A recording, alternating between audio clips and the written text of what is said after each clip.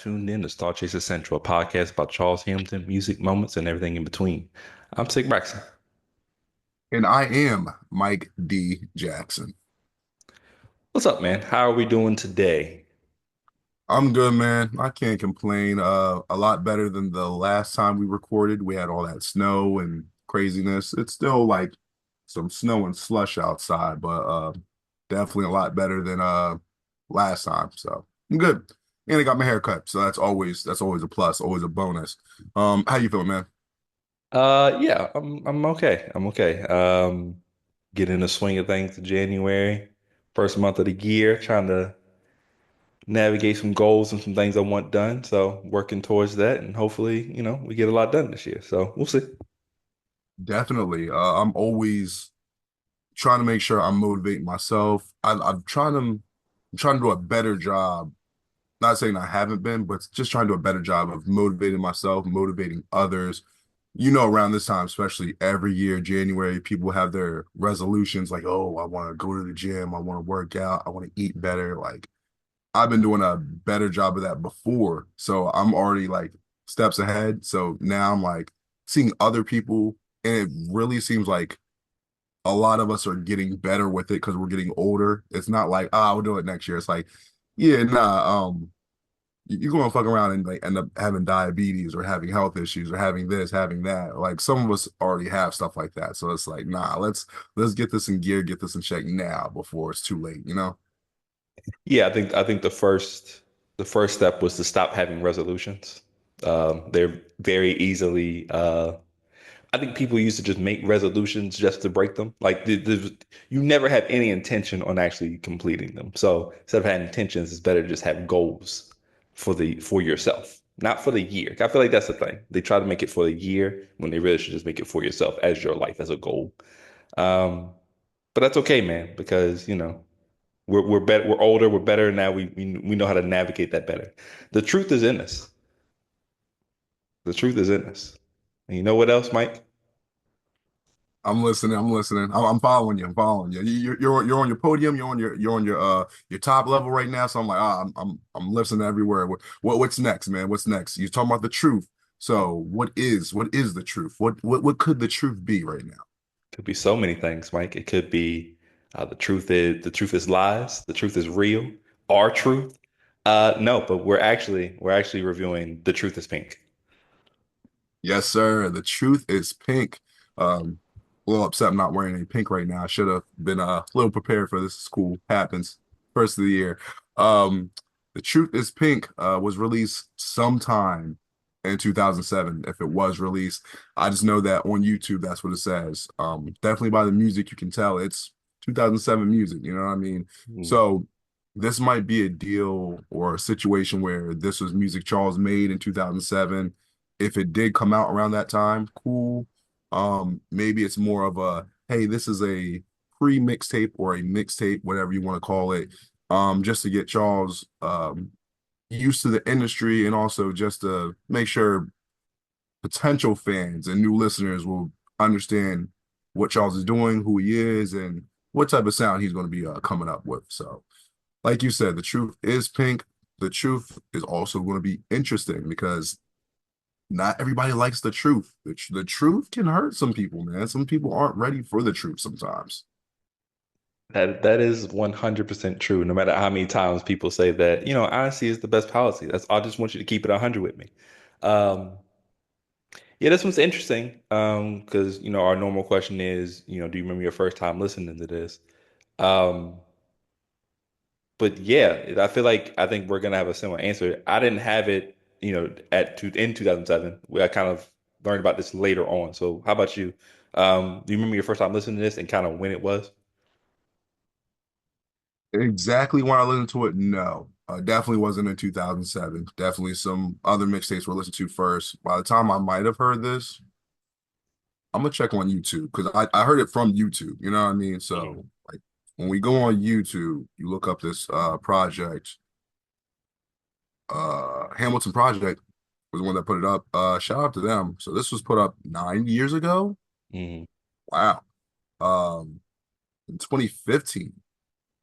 So I'm assuming maybe sometime in 2015 I heard it, maybe Yeah. if it, but nah, I don't know, man, because there's a few songs I think I heard before, Hmm. like 2012-ish, 2012-ish, 2013. There's at least like one or two songs I remember maybe not knowing it was on this project, but hearing it before. So Yeah. I could say that at least. I'll say like 2012, 2013, I heard this project from my recollection or songs from it. So Hmm.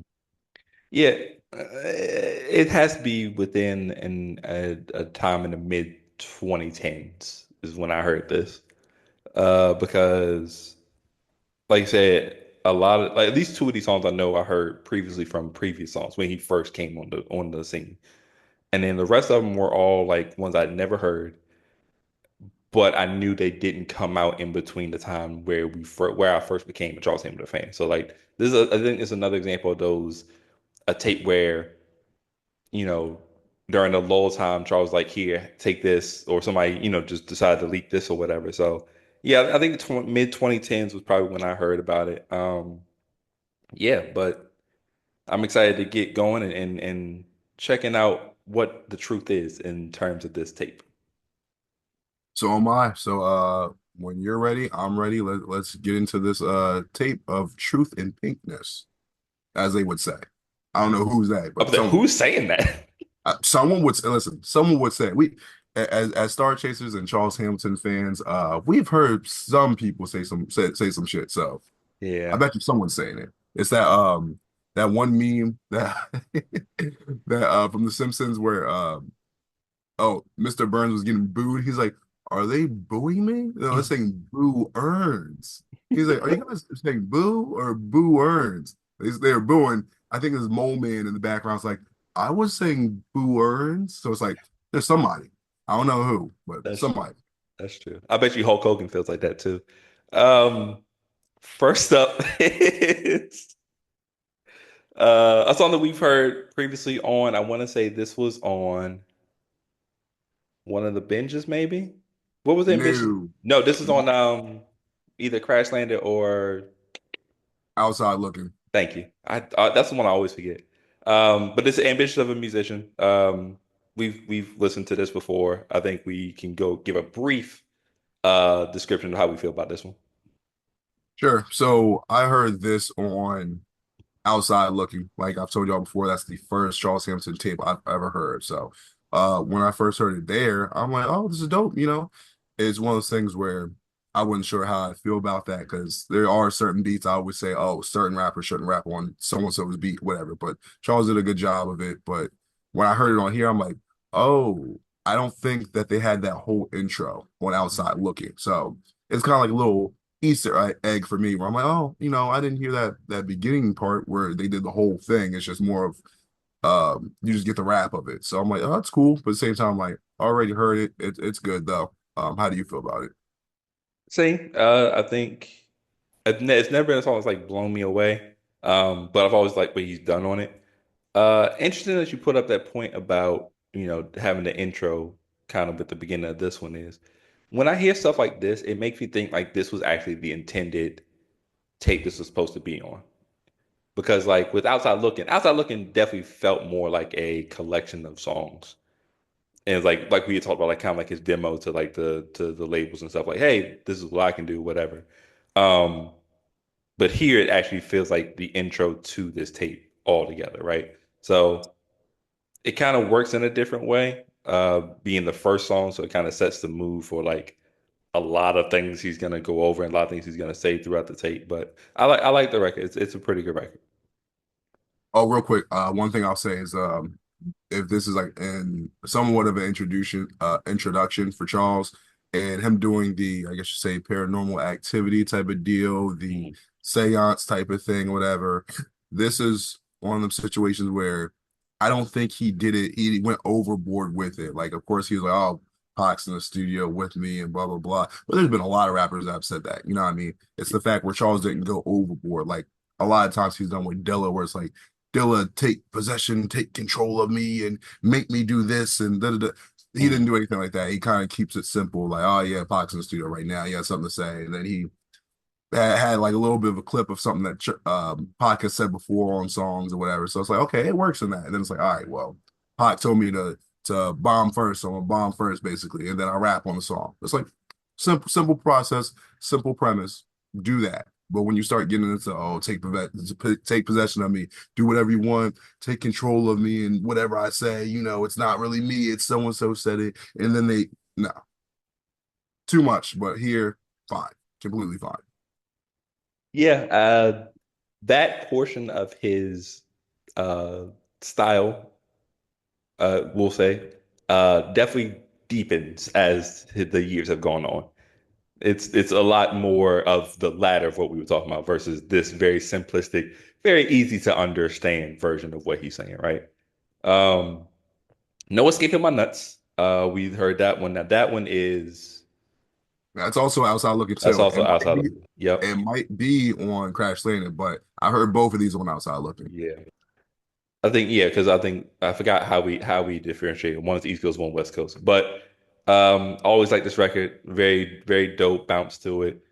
Um again, very bravado-ish, very talking this shit. Plays piano at the end, kind of shows that musician part, especially from the if you talk about the previous song, Ambition of a Musician, kind of ties in there. So again, great start. Yeah. Once again, I already heard this on Outside Looking, and I remember Outside Looking was the East Coast tape, and then Crash Land was the West Coast. So it makes sense for me to always reference that one because East Coast. But Yeah. anyway, um, when I heard it on Outside Looking, didn't have a problem with that song either. I was cool with it.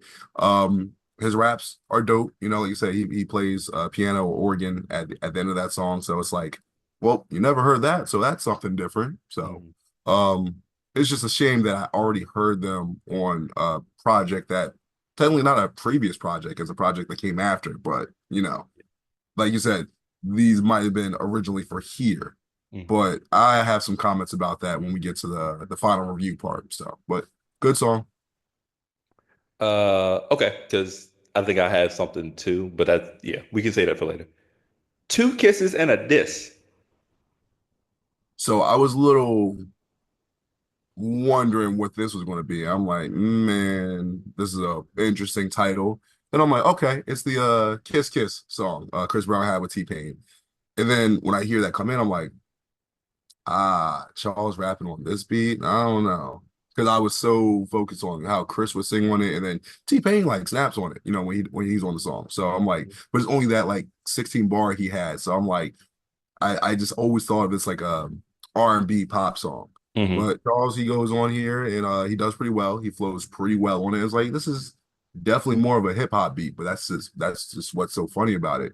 When you take your artistic control on your side of a song and it technically can turn it into anything you want, especially what was it in the 90s, the New Jack Swing? A lot of Hmm. them songs by R&B artists, but could easily be rapped on by some of those not those artists, but other artists of that time. Yeah. So interesting. Charles just makes the song his own. The hook's different, but it's cool. Overall, it's an all right remix. I'm cool with it. Yeah, I've always thought this is a cool record. I think like you, it's an interesting. I'm trying to think about how often we got to hear Charles rap over things that sounded like this. Not often. Um, because his style of beat that he uses was a little different from that. And Chris is like a very, I wouldn't say too far on the opposite spectrum of like what Charles does, but like because Chris likes to rap too or whatever. But it definitely the beats were made for like faster, more slower type raps. But yeah, like I said, Charles does a pretty decent job here. He's dissing Chris, right? Am I right? I have no idea. I know that he said the whole thing. I'm gonna get in trouble when I'm doing this and that when they find out. And I don't know if they ever found out or not. And I know at the end he says, "Oh, it feels good to be able to say this or do that, whatever." And it's just like but you know, my thing is I never really figured out who or what he was talking about. So interesting. Also in my head, I'm like, why would he have dissed Chris at this time? Because Yeah. it's 2007. I don't know. Well, I don't know when this was officially recorded. I don't know if Mhm. Chris and Brianna were officially an item yet. You know what I mean? They Yeah. might have. but it might have been like super early, you know. But in my head, I'm like, what would he have dissed Chris for? You know what I mean? Because he's not even in that realm that he should have been dissed. Like, oh, if Chris was at that time, you know, we found out later that Chris would like rap or he did rap, but I think in interviews, Chris Brown was like, "Oh yeah, I used to rap, but you know, they said I was better as a singer." Mhm. But no one actually heard his raps until like later on after the Rihanna stuff, and then he wanted to rebrand. You know what I mean? So, don't know who he was talking about, who he was dissing. Not sure. Yeah, it was appeared that Chris started dating Rihanna from 2008 2009. So if we're going based off of the date on YouTube, 2007 wouldn't make any sense because unless there was at least rumblings beforehand that they had been seen together dating or whatever. Um, yeah, so interesting who he could be talking about.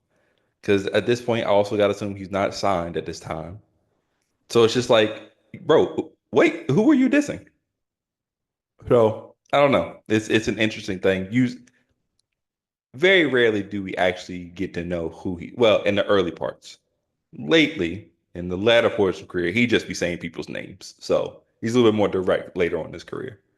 Yeah, definitely true. Because especially back then, if he was being direct, then he knows he would get in trouble because it's just like, bro, you just got signed. Like, Mhm. we're trying to elevate you and get you a bigger platform, and you're kind of ruining it. Stop, chill out. You know what I mean? Quickly before we get back into the songs, the cover is just a very basic one. You know, a classic picture of Charles with the pink headphones, obviously. Truth is Pink written over top of it, and just that pink hue. I think it's very simplistic, but simplistic is a good thing. I think I like how it looks. I like it's kind of a cleanish color and definitely a sign of the times. How'd you feel about it? It's simple, but it's good. It's one of those things where just just having his name, his face, and then saying the truth is pink, it's one of the things where more of the title gets me where it's just like the truth is pink. Especially let's say with us not knowing who he is yet. Why is the Mhm. truth pink? Why isn't the truth red? Why isn't the truth blue? You know, why isn't the truth green? You know, Mhm. it's something simple, but I'm like, it's cool, you know. So, but it definitely makes me wonder, especially if I didn't know who Charles was, like why did he choose pink? Yeah. And then you get to hear about him talking about, okay, the color pink, why it's his favorite, God's a woman, that whole deal, which I don't think he really talks about too much on here, but Mm. you find out later on, like through interviews and whatnot. And of course, why is this guy wearing pink all the time? What's with the headphones? At least the headphones, you could be like, ah, well, he likes music, so of course, two and two, Yeah. four. Yeah. It's yeah, the we don't get the explanation till much later when he's already signed and then people start interviewing him or whatever. So yeah, interesting. It's a attention grabbing title for sure.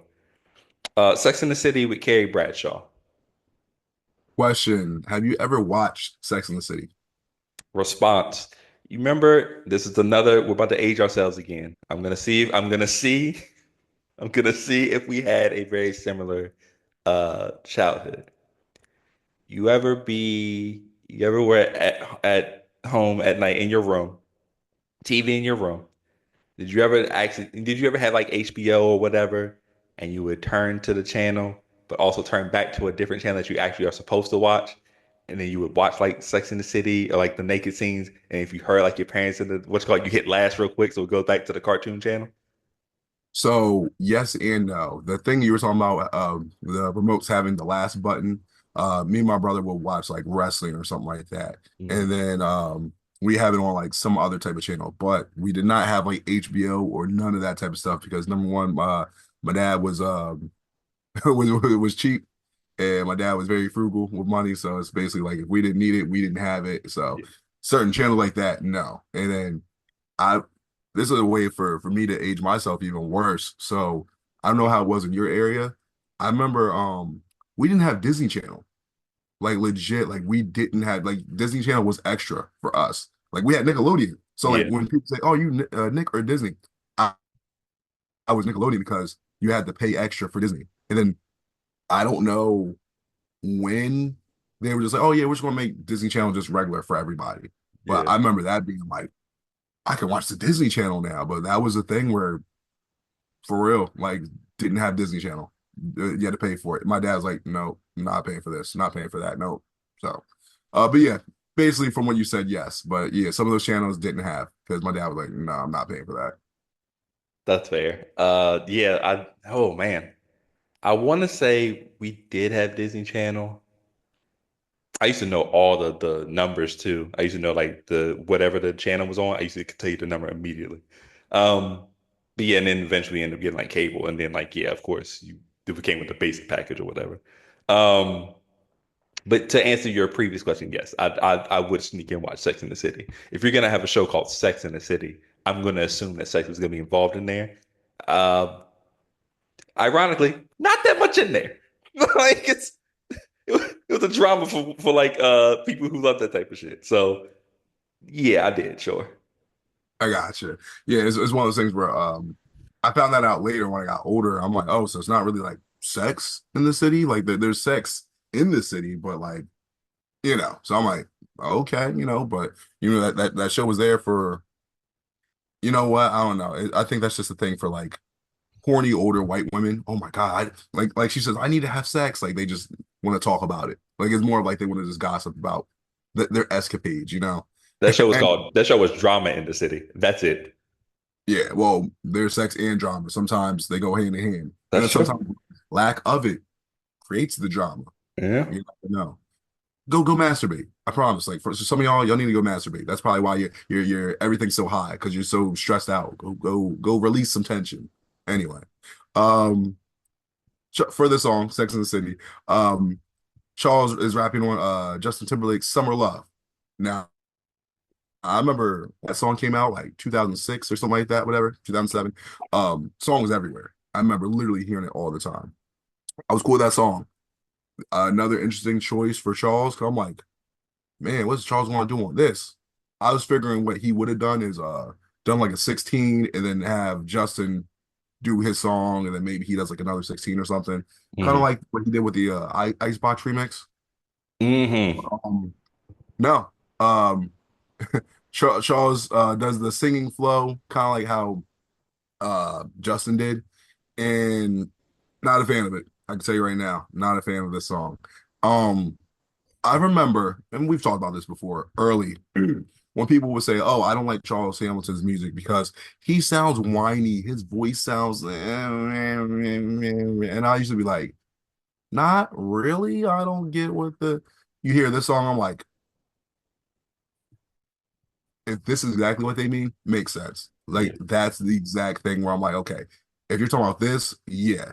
If Charles sounded like this on every single song, I could be like, yeah, I can't listen to his music because yeah, the whiny voice and he's singing the song or rapping the song just how Justin would like in that, but like I said, just that's unfortunately how Charles's voice sounds when he attempts that. So for me, not a fan of it. And it might have been a thing where Charles is like enjoying doing it, but I'm like, that's not where your range is.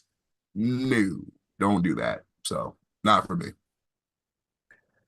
So this is where we start to get into the part of the tape where Charles becomes part of the beat he's rapping over, where uh kind of like a chameleon type thing where it's like this is the beat and this is the song that's being played. I'm gonna do my part of that version of that song.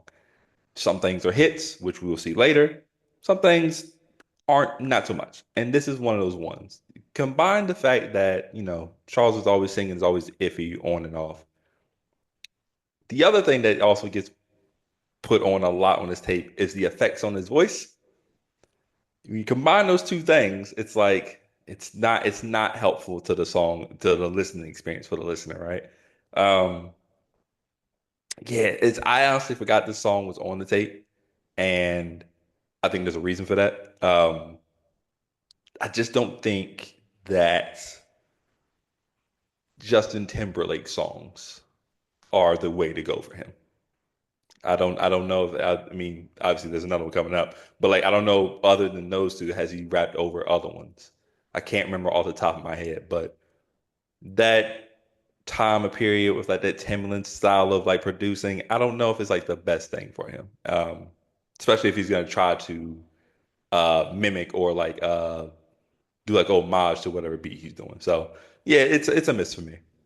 Yeah, and it's one of those things where I think with especially someone like Timbaland too, especially when he was making stuff for Justin Timberlake, it was tailor made for just Justin. You know what I mean? Yeah. Where it sounded good because it's like a tailor made suit. You know what I mean? Where it's like this is just for Justin and Justin only. I can't think of Charles rapping on anything else that was like a Justin beat, if Hmm. we're not counting him like chopping and flipping a Justin song or an NSYNC song or something like that. That's different, you know what I mean? Because at least Charles is like customizing the suit, you know what I mean? Kind of like on Hmm. some Iron Man shit. If someone else was trying to wear Iron Man suit, it's like, no, this is maybe Iron Man suit, but I'm gonna customize it. Then it's gonna be the Charles suit. But no, it's like you just trying to be wear the Iron Man suit when it's meant for Tony Stark.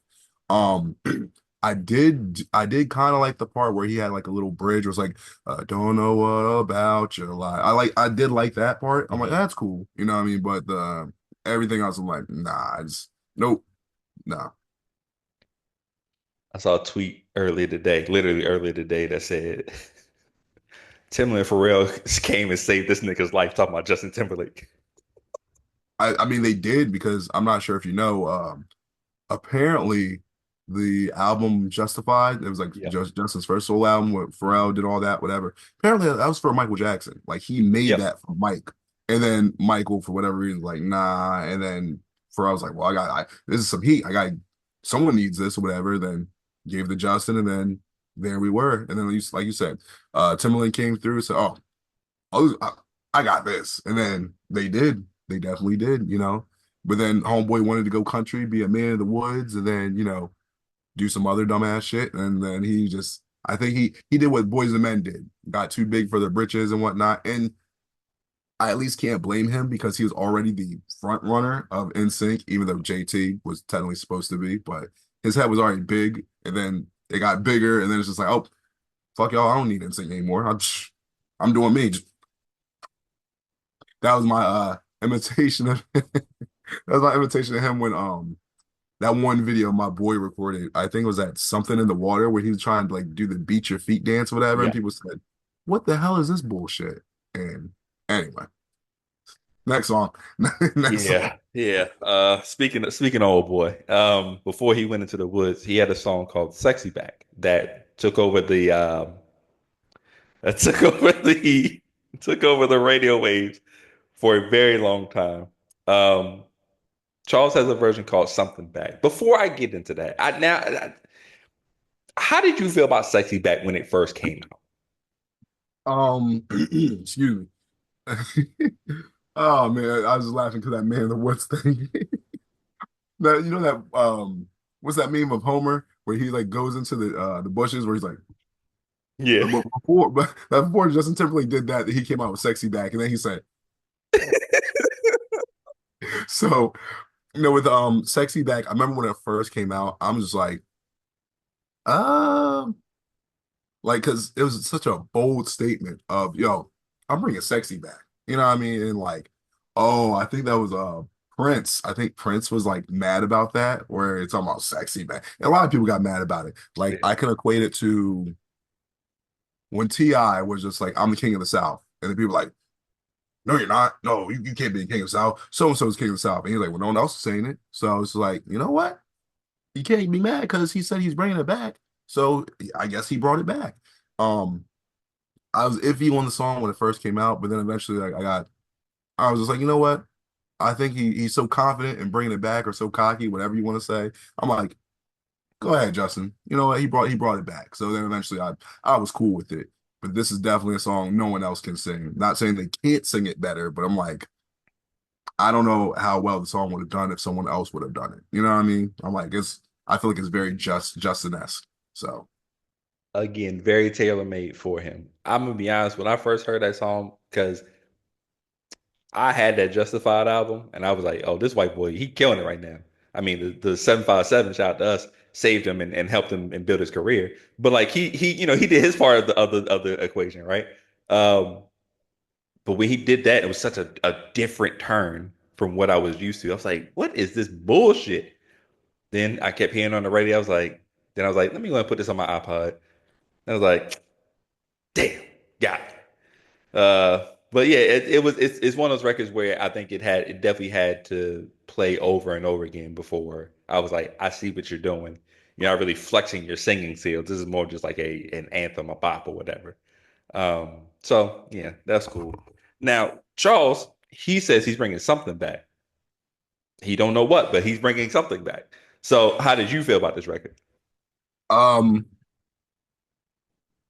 I'm gonna say this, and then I'm gonna take it back, and then I'm gonna go with my review. So he said he's bringing something back. He should have kept it there. All right, jokes over, jokes over, jokes over. Charles, I'm joking, joking, I'm joking, I'm joking. It was right there. It was right there. I'm like, Hey, listen, if the layup's wide open, take the layup. yeah. Me and Charles know each other enough where it's like it's cool, whatever. So let me just do that because I don't want to be no now they're really trying to dunk on him now. So no, it's not like that. No, so look, when I first heard this, oh, because first of all, Charles says Justin can actually sing, but I don't think he sounded good for this. So, and then he's gonna sing on it. I'm like, first of all, what? He can sing, yeah, but he didn't sound good on it. Because part of me is like, does he mean like it wasn't a good fit for him? And Mhm. then Charles runs with the same spiel, whatever. Mhm. So he does the same singing flow as this, and I was like, again, it doesn't sound good. Like it's not within his range. But I feel like with this is more of him either mocking or just poking fun. So at Mhm. least with that, I'm like this is like if you went out on like a random Wednesday or Thursday to do karaoke, you can't sing, but you're like, fuck it. I like the song. I got a couple of drinks in me. I'm gonna go do karaoke. I'm gonna do Sexy Back by Justin Timberlake. Who Yeah. cares? Because that's the fun part about it. So in that aspect, I'm like, it's cool because he's having fun with it. But Also, song also, really quick though, please arrest the person that gets drunk and like, you know what I want to sing? Sexy back. Arrest them immediately. Whatever they doing after this, they are up to no good. Who's going to karaoke? Be like, yo, play sexy back? Are you serious? I've heard some interesting songs being played for karaoke where people definitely couldn't sing in those songs, but it's the number one. I've never done karaoke. People say, "Oh, will you rap?" And you don't. Not the same thing. Also, well, you can do a rap song. No, no, no, I'm good.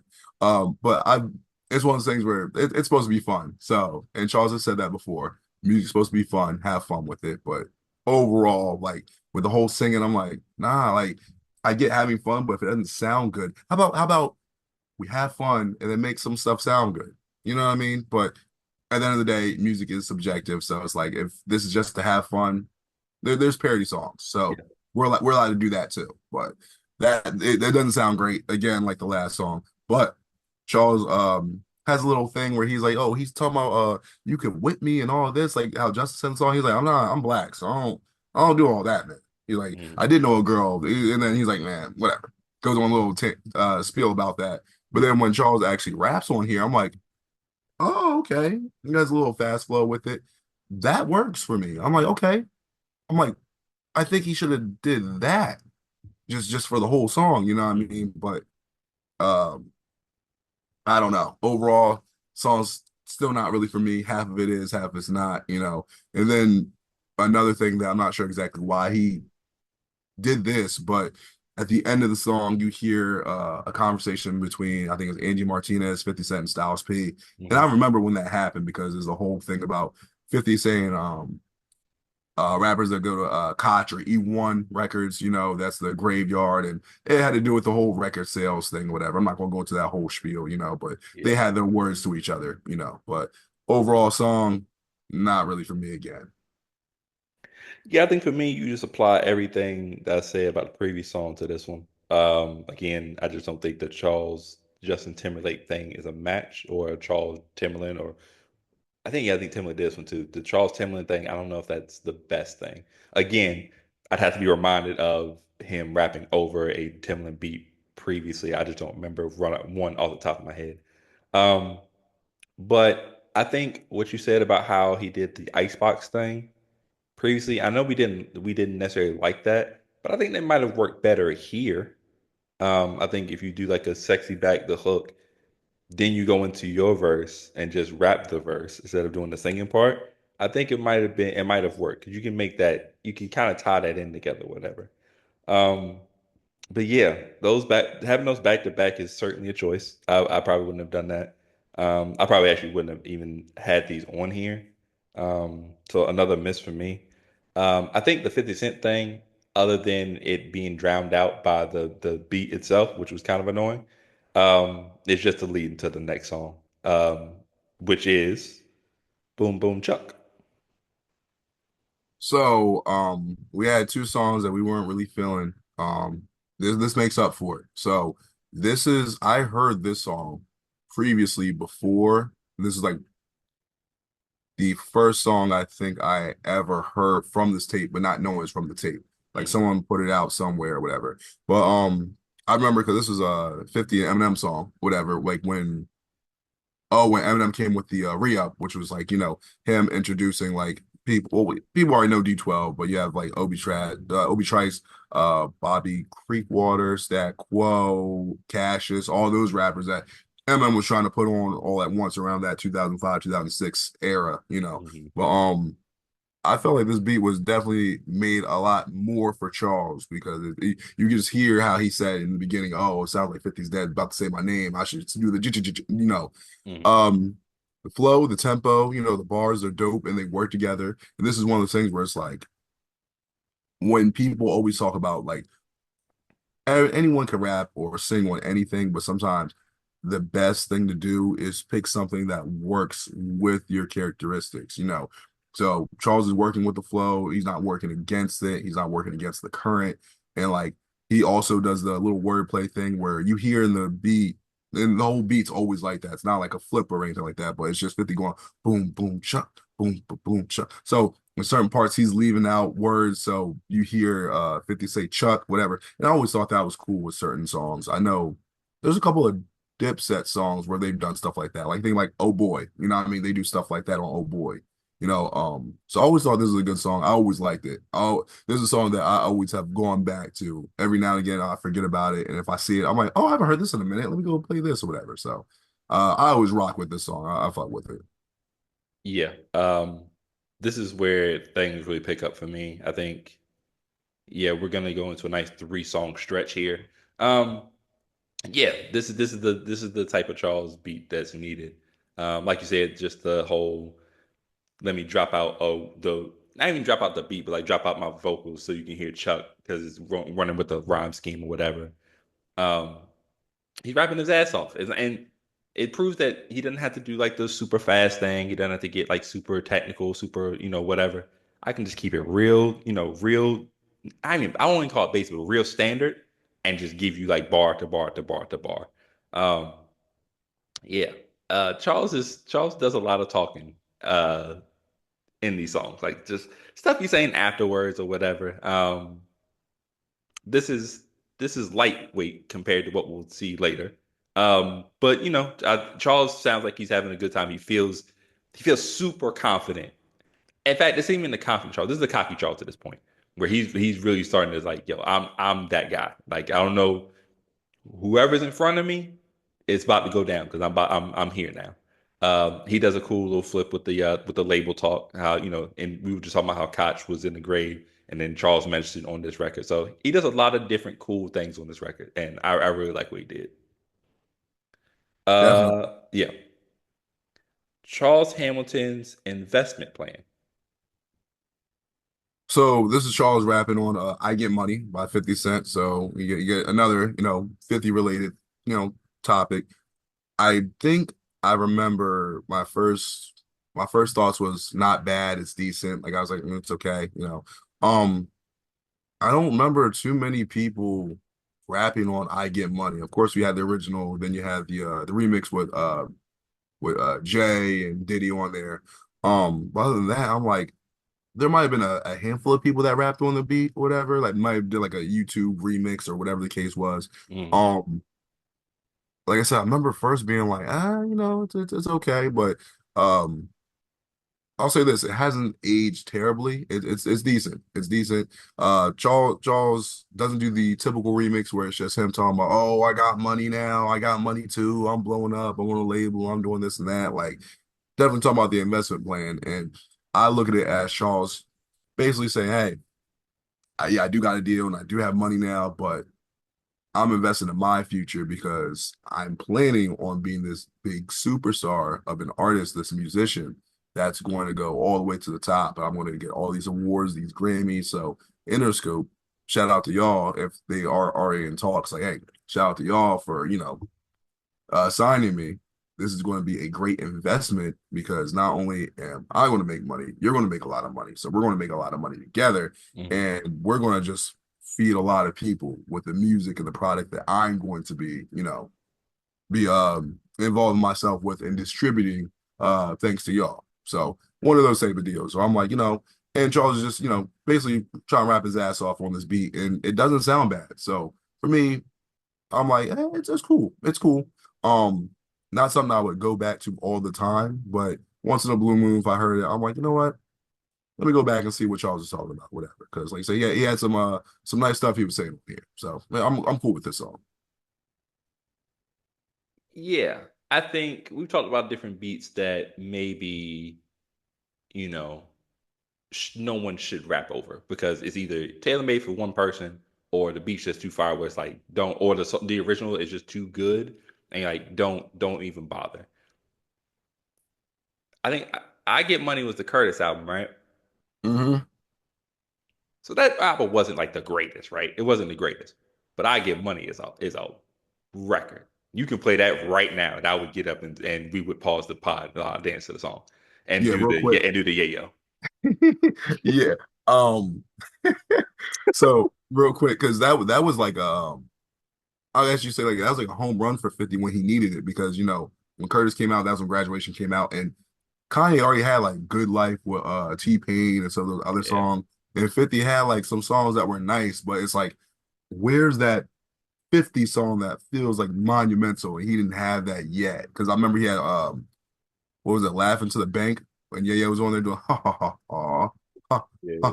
But it was a nice song, but it's like that's your that's the song you pick for the to start the tape off or like to start your single promo run. It's yeah, like it's like okay. Um then he had Amusement Park, which was a song for the ladies and whatnot, but it's like it's a nice song, but it's still not the. And then I think finally I Get Money was like the third song. It's like finally, it's like you're about to get struck out. You know what I mean? yeah. You know what else was on that damn thing? You know what came after that? What was that? What single came after that? Was it AO or It was it was AO yuck. Technology? I hate AO that Technology. record. I was cool with it. I was cool with the song. Maybe now if I heard it now, I'd be like, but like when it came out, I liked it. I liked Oh, AO.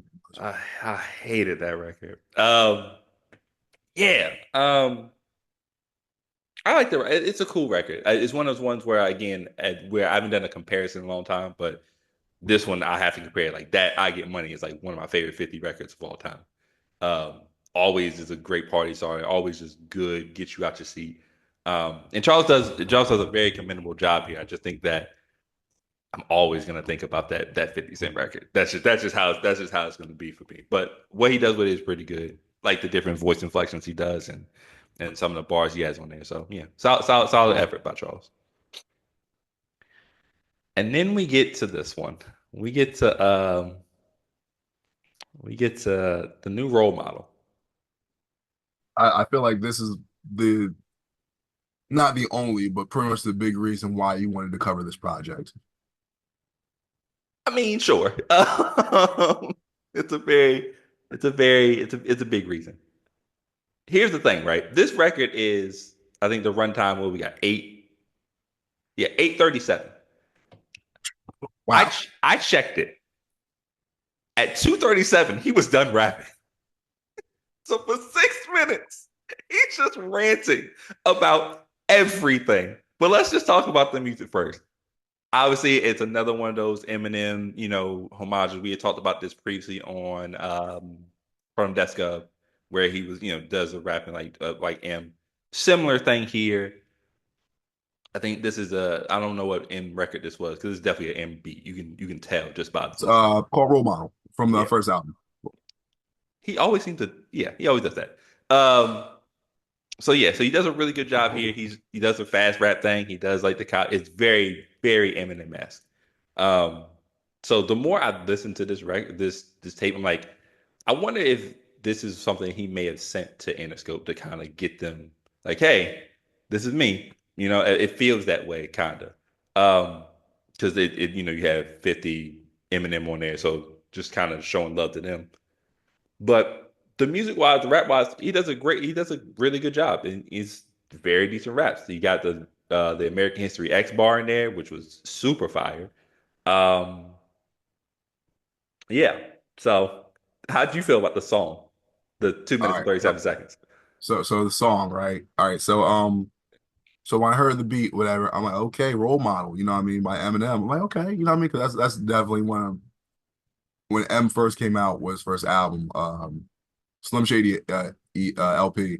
I was just like, it's one of those beats where it's like, this is definitely something you just rap on, you know what I mean? Because like Mhm. Eminem does have a hook on it, but it's not, it's like a simple hook. It's more of him just doing the wordplay, metaphors, similes, and Charles basically just raps just like Eminem, like in that type of voice and the cadence and whatnot. And it's funny because I was thinking about it. I'm like, he did a really good job of it because it's the this is how I look at it, right? Because like Eminem would rap like that a lot. Because like I think I explained it before, where like especially Eminem, people would do like they would cram and jam certain sentences in one bar because they're trying to get so many metaphors. They're trying to get like five, six metaphors in one bar. And Mhm. then like they'll do it again in the next bar. But it's literally like I feel like you have to rap it like this. Like you have to move your mouth to the side. It's like Charles Hamilton. When the camera leave gambling, rambling, just gambling, rambling. I'm gonna get some gambling. Arn Uh, Anderson.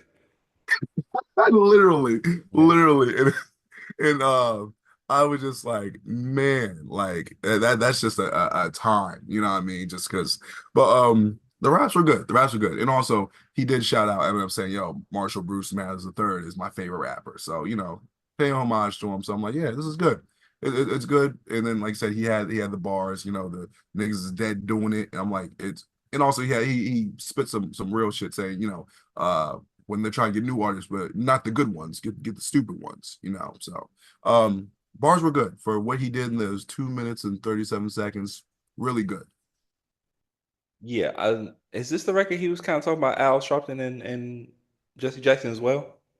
He technically did it on this song, and then another song he mentioned Yeah. him at the end. And I'm like, hey yo, I remember like people were kind of getting on Al Sharpton at that time. I'm like, hey yo, man, like I'm gonna say this now. Because when I heard it back for the other song, I'm like, bro, this is kind of similar to when he mentioned Bishop Bonner a couple of times. Yeah. Get with the Bishop Bonner on a Sunday. I'm like, yo, what did Bishop Bonner do? Like, yo, Sharpton. Hey, I'm like, yo, what? I remember some of the stuff Sharpton did. I'm like, yo, I forgot because like that was 2007. I'm like, Yeah. Yeah. But it's cool how he, even with this type of record, because you don't think Eminem and like kind of like a I don't want to say I guess kind of is like a black empowerment, like he's kind of holding the black people back down or whatever with some of his actions, whatever. You don't think that he would be able to combine those two in this type of record, and I think that's very commendable. That was something I noticed when I was listening to the record back.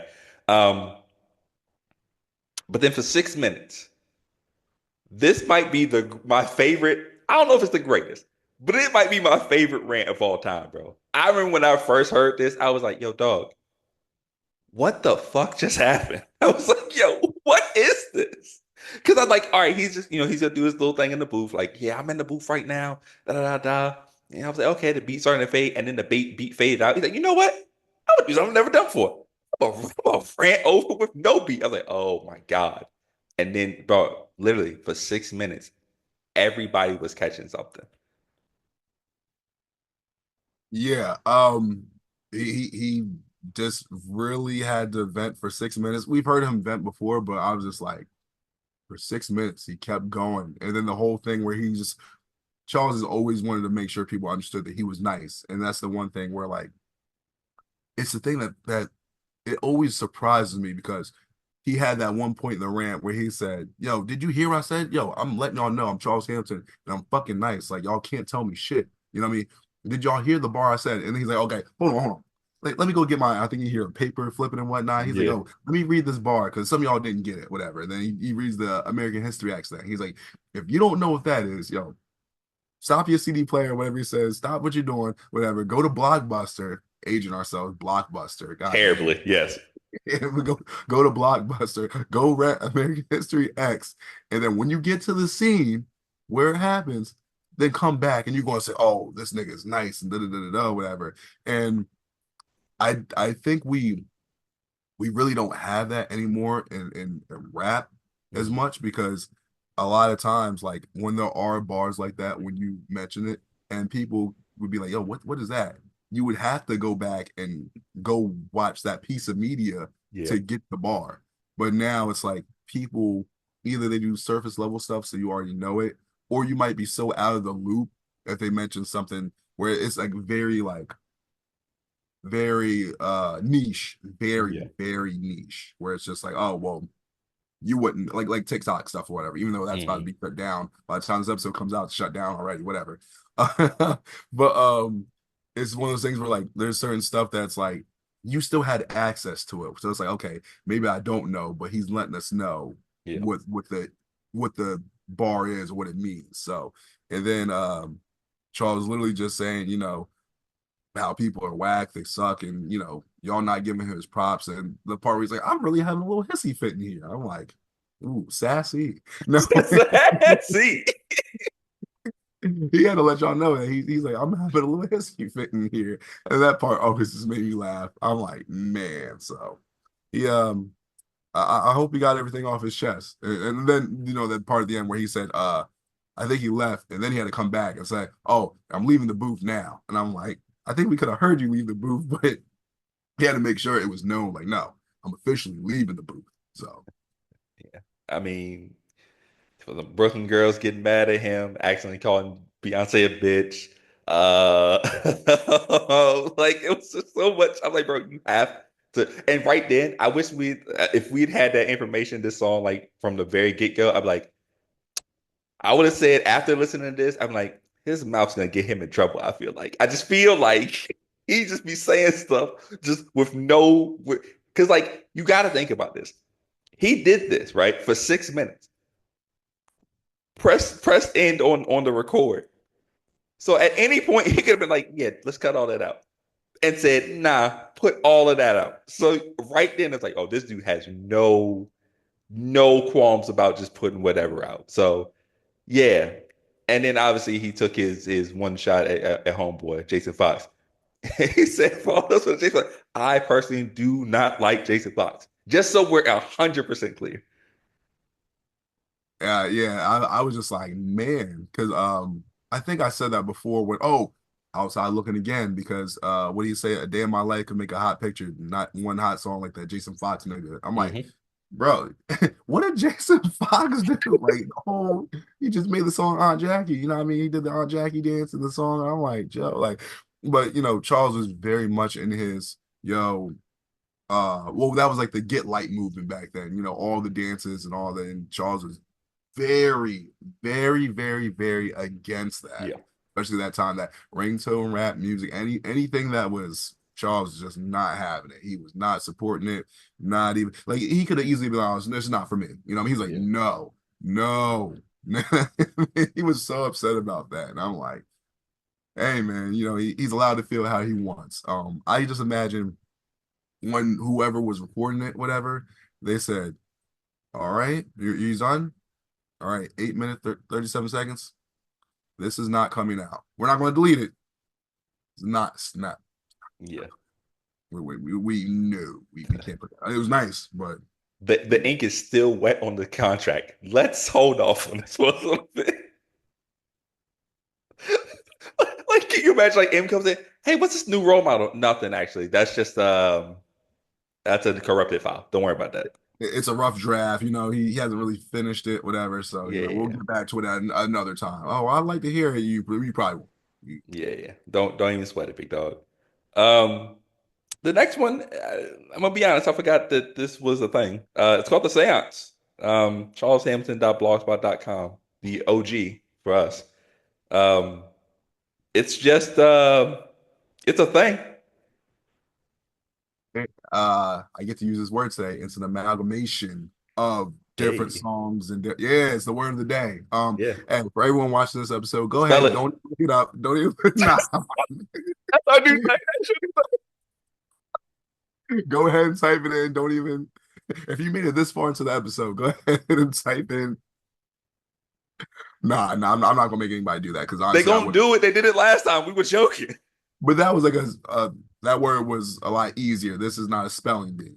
Shout out to Charles Hamilton spelling bee. You know, if you know, you know. But Yeah, yeah, nah, but yeah, like when I first heard it, because you first heard, I think it was like HO in the beginning. It's like, hey guys, it's HO. But before we get into this, I want to read this poem I got for you guys. And I'm like, why is he talking like that? First of all, I got this poem. Hey guys, this is HO. I got this poem I want to read for yo, you're you today. stupid. I got these cheeseburgers, man. I'm like, yo, why is he talking like that? And then I was like, you know what? He has a poem, so I'm ready to hear this poem. I don't even think we got to the poem. I usually hear all these different songs of Charles and all these different songs of other people, and they're being mixed in and mashed in. And I was, sitting there listening to it. I'm like, okay. So normally when someone does like a seance, like let's say even with the ambitions of a musician song, right? So I'm Hmm. like, all right, so he's trying to call out a certain rapper, to call out a certain artist, and then I'm like, who is he calling out? Who is he trying to bring forward their energy, their essence to probably say something? And then I don't know. Yeah, I don't know. So in the most respectful way, this is always going to be a skip for me because I don't know what Charles is trying to do. yeah, I don't know the idea of it because I don't even feel like it goes to like the next song. Like it's well, it's an interlude that goes to the next song, or it's I literally do not understand what he's trying to do. I know what a seance is. I know what you do with a seance, but um, I don't think it was done properly or successfully because either way, no. That respectfully, no. That's my answer. yeah. I don't understand. I feel like he's done something similar where he does like an amalgamation. Thank you. I love that word. Um, You're welcome, by the way. yeah, yeah, yeah. You know me. Great, great Scrabble word if you have enough letters. You never do. But yeah, it's one of those things where it's like he's done something like this before, but it was usually an intro. You know what I'm saying? It was kind of an intro, like it kind of led into something. But like this one is just like right before the end of the tape, but doesn't really lead into the last song. And it really doesn't, even from the previous song, doesn't really do anything. It's almost like it's just plopped there. I always wonder when he does something like this. Now, had this been 60 seconds, maybe it wouldn't be that big of a deal. This was almost 6 minutes. And I kept fast forwarding, like, is he gonna come? Is he gonna, rap at any point? Something gonna happen? Never does. So yeah, probably could have skipped this one, especially if there's no purpose. Yeah, it's one of those things where two things, right? So if this was like shorter and like more of an interlude, then I could be like, okay, cool, he's doing something, and then even like I said, 60 seconds, I was like, okay, even if I didn't get it, it's still a thing. Like, it was short, it's just an interlude, so Yeah, whatever. Interludes are interludes. Sometimes interludes just don't have to necessarily mean anything. It's just a short break from the music. You know what I mean? yeah, Um, I figure, okay, maybe he's not going to rap on this. Maybe it's just going to be like some talking. I'm like, no, not really that either. Um, as I'm thinking about it now, I'm like, this might have been Charles's first time going left and kind of like really going to that type of realm, I guess you could say. And hmm, then maybe other people could be like, nope, I know what you're trying to do, and you're Charles said himself, especially when it came to the Dilla controversy and all that, it's like I was trying to get people to understand something, and when I should have just been putting out an album for the summer. And I think that's Charles. It's like Charles is like a fly when it comes to like a light or like those fly traps or whatever. It's like he can't help himself where he's like, oh, the shiny lights over there. Oh, I gotta go over there and I gotta do this. Like nope, nope, nope. yeah, Get back over here. Get back over here. Like, I know what you're trying to do, and you're trying to get to people to understand like paranormal activity and things of that nature. But time and place, let's not do that. So, but that might have been his first time trying to do that, and it didn't work as well. And of course, like with good ideas, sometimes you're like, maybe I gotta tweak this and I gotta change it up a little bit, and it'll make more sense. More, it's like let's just not. Let's no. Let's not. But the second thing is because you're talking about really good Scrabble words. Another good Scrabble word, Quijibo. Everybody in the comments, don't. No, I'm kidding. No, no. We're doing a lot of Simpsons references too. I just Yeah. realized that, or at least I am. So I don't even watch The Simpsons, but I caught like at least half of them. yeah. So hey, shout out to Quijibo. So Um, we end with a weird beat to end on, if you're asking me, just again because it's another beat where it's like you just would never anticipate Charles rapping over it. This record's called "I'm So Good" (parentheses the Book of Revelations). It's over the "I'm So Hood" beat, which was again a record of the time. And if I could go back, I would have stopped DJ Khaled at all costs. But I don't have that power, so we're stuck with this. It's okay. It's just it's here. I had to re-listen to it again. I was like, I don't remember anything really jumping out and standing out to me.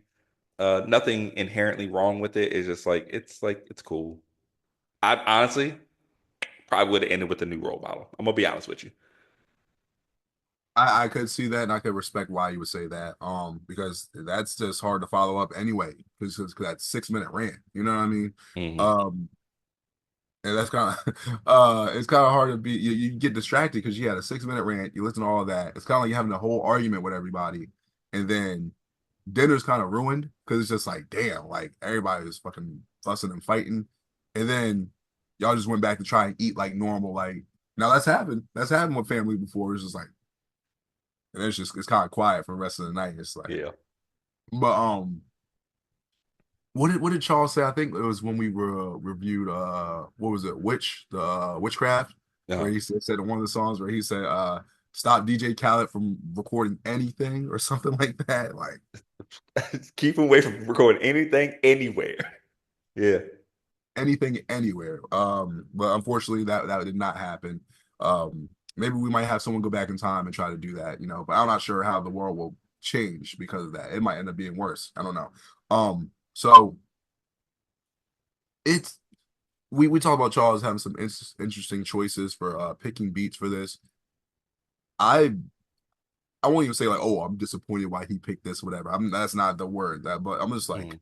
I'm kind of just like, why? Because like Charles has always been anti, I guess, establishment. You know what I mean? So he's definitely like, yeah, I'm not rocking with this commercial pop rap music. And Khaled, all his songs were I'm gonna get the same 5 to 7 rappers to rap on my beats or my production, whatever the case is. And definitely Charles is not rocking with that type of stuff. So part of me is like, why even rap on the song? You know what I mean?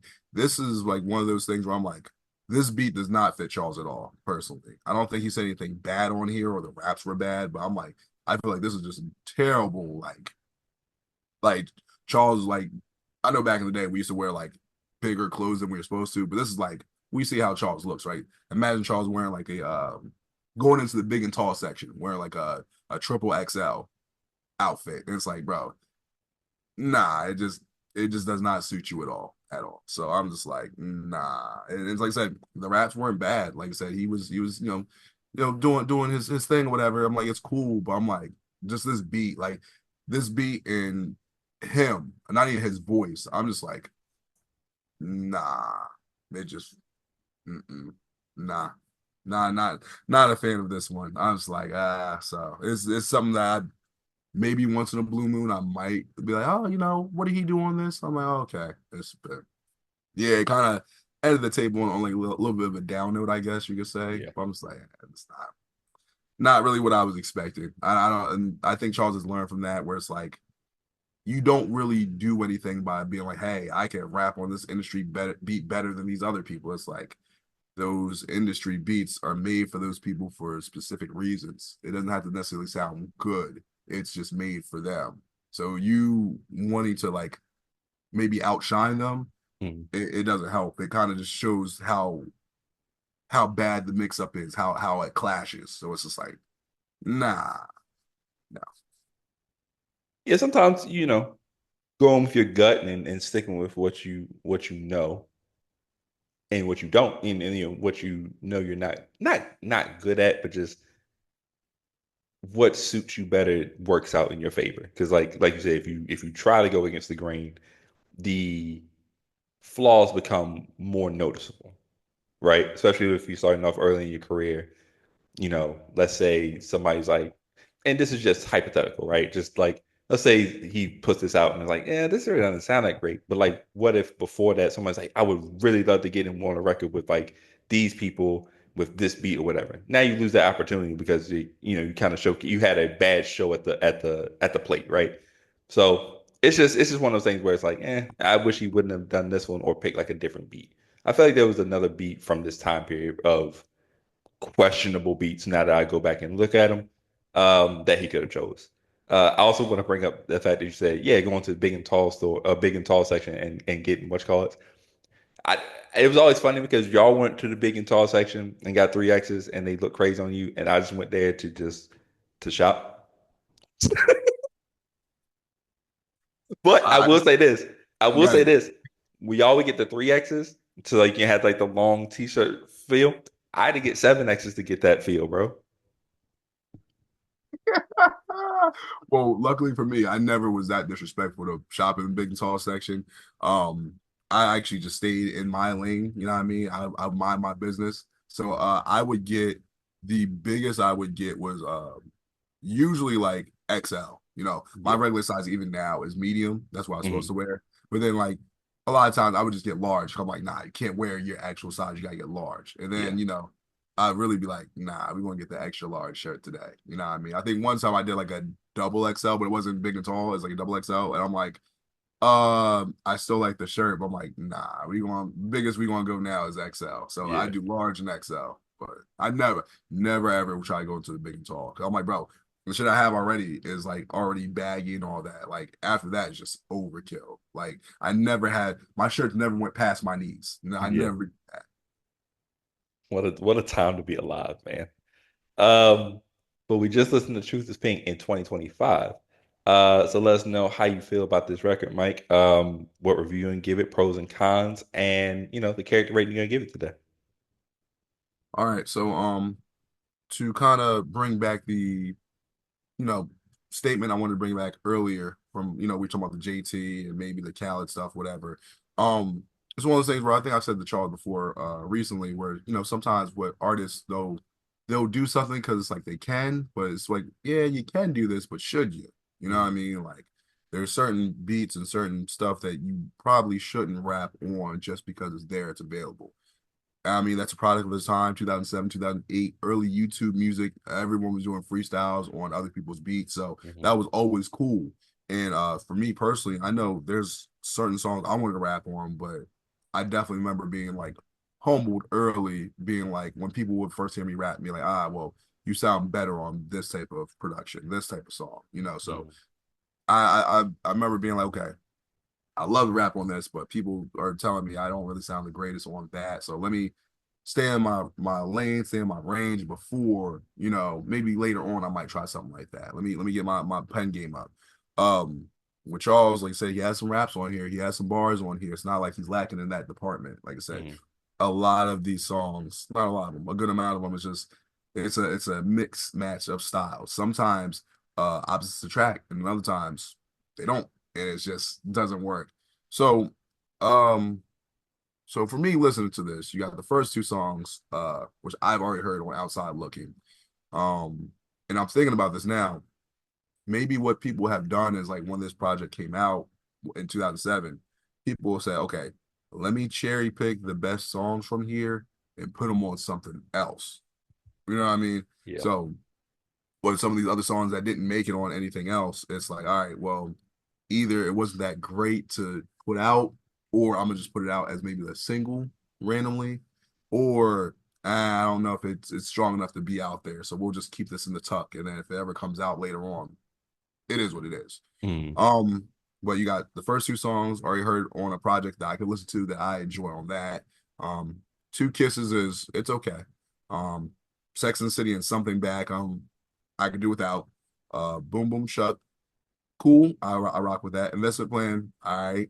New Role Model, it's crazy, but I could deal with that. The Seance and I'm So Good, I could do without. So for me, if I don't count the first two songs, it's really like three songs I'm okay with, which is not a great average. You know what I mean? Mhm. Um, I definitely can't give this a Robotnik. I'm not going to do that because there's good music on here. It's just some of this music belongs on other projects. So I would say I'm gonna give this a Mecha Sonic 2, where there are some good songs on here, but this project has not aged the best.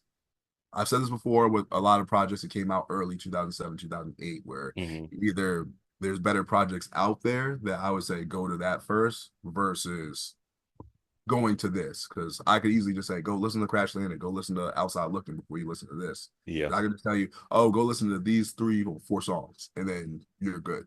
So Yeah. this tape, the truth might be pink, but little unsettling, I guess you could say. Pepto Bismol, sometimes it does that. You know what I mean? So um tape didn't give me an upset stomach, but it wasn't one of his greatest attempts, but still early in his career. So Mecha Sonic 2, that's what I'm going with.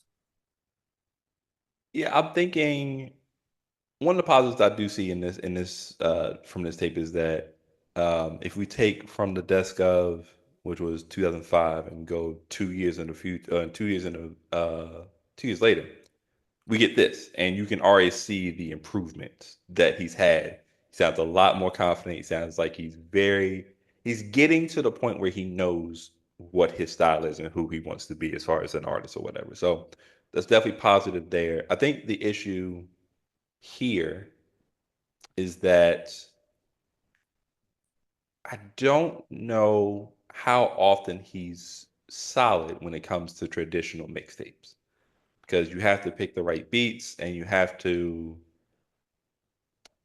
I just don't think he's like the traditional mixtape artist where like him rapping over other people's beats is is like his forte. His forte is I may take a beat, chop it up, do something to it, and then I make my own song out of it. That is his style. That is what he is one of the all time greats at.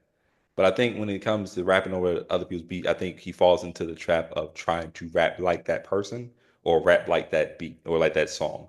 And that can cause issues because it means he starts clashing with styles that he's not necessarily the best at singing, sing songy rapping, these type of things or whatever. Um, I will include, you know, the first two records because they're part of the tape, so I'm gonna include them in the review. And I love both. I like both of those records, particularly No Escaping. Um, yeah, Sex in the City, Something Back, and Seance are three that just don't need to be there. Um, and then I think a lot of these records are ones where I don't know if you go back to listen to them over and over daily. It's definitely one of those things where it's like every once in a blue moon. Now, Boom Boom Chuck, you could probably listen to like kind of daily, but like you don't want to listen to New Role Model every day because you get 2 minutes, 37 seconds of song and 6 minutes of rant. Now, if you're in a ranting mood, yeah, do that. Um, invest in music, but it's just it's a lot of music that you're not gonna listen to overly like throughout the week. It's just gonna be like, oh, let me go back to this tape for once, and then I won't touch it again for like 6, 7 months, something like that. Um, so for me, it's because I like the first two records and I like the couple other ones, I'm gonna go Knuckles. Insert your picture here. Um, because I think it's one of those ones where it's like it's kind of a bumpy ride, man. Because you start off with those two good records and then you drop down eventually to those two Justin Timberlake records.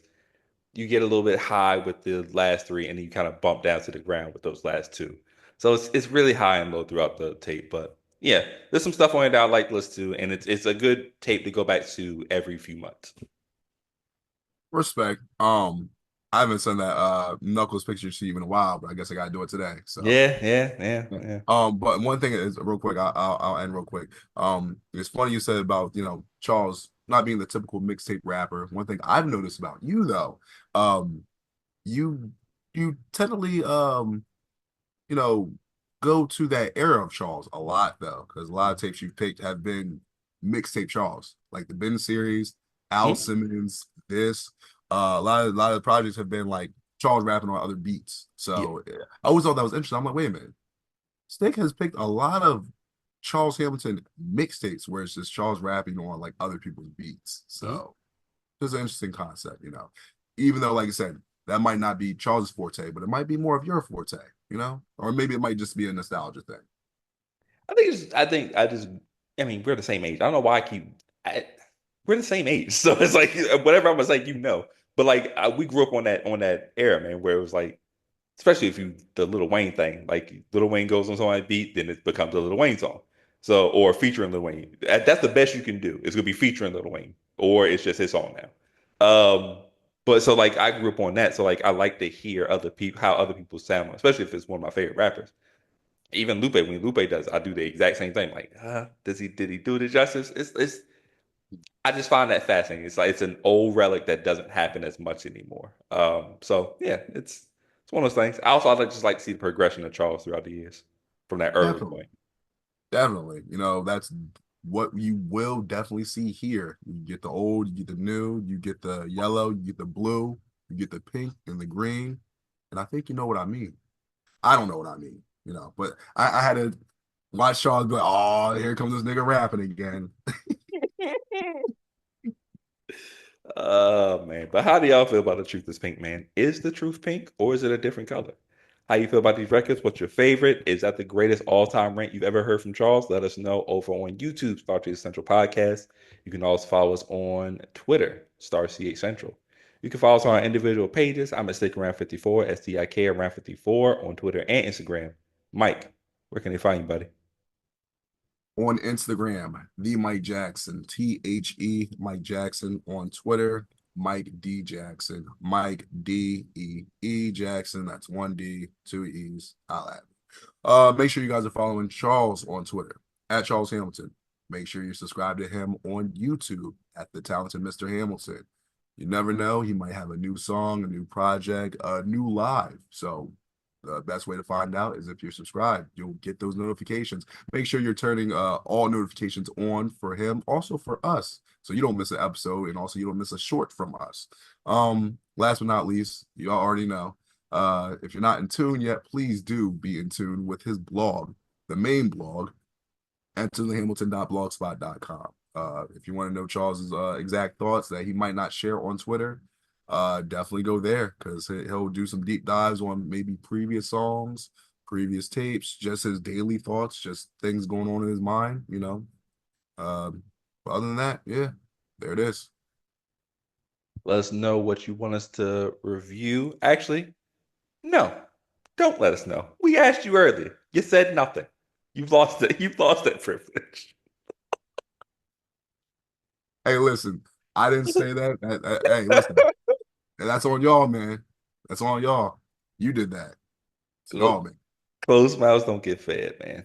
I You mean, you. if y'all want to get fed, man, if y'all want the fish fillet, you gotta ask for the fish fillet. Ask for you gotta I like know inflation. I know inflation is crazy, but it's still affordable. shout out to the fish fillet, man. Shout out to Fish Fillet, man. But yeah, let us know what you want us to listen to, man. Any specials that we want to do. We want to do some fun stuff over the year. Um, yeah, and this was another great episode, and I enjoyed ourselves. Or I enjoyed myself. I don't know about you, but you got anything for the people before we head up?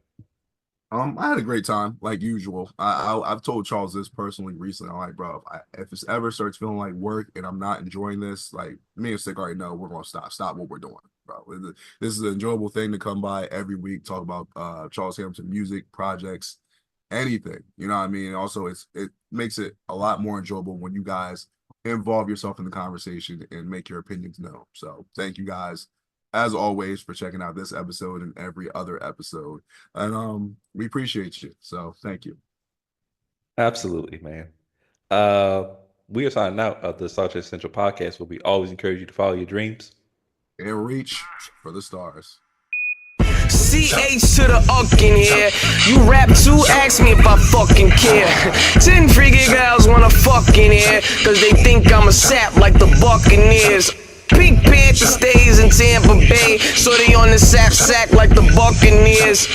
This is the year of the Scorpio. Based on my sign, that means it's my fucking year. Get it?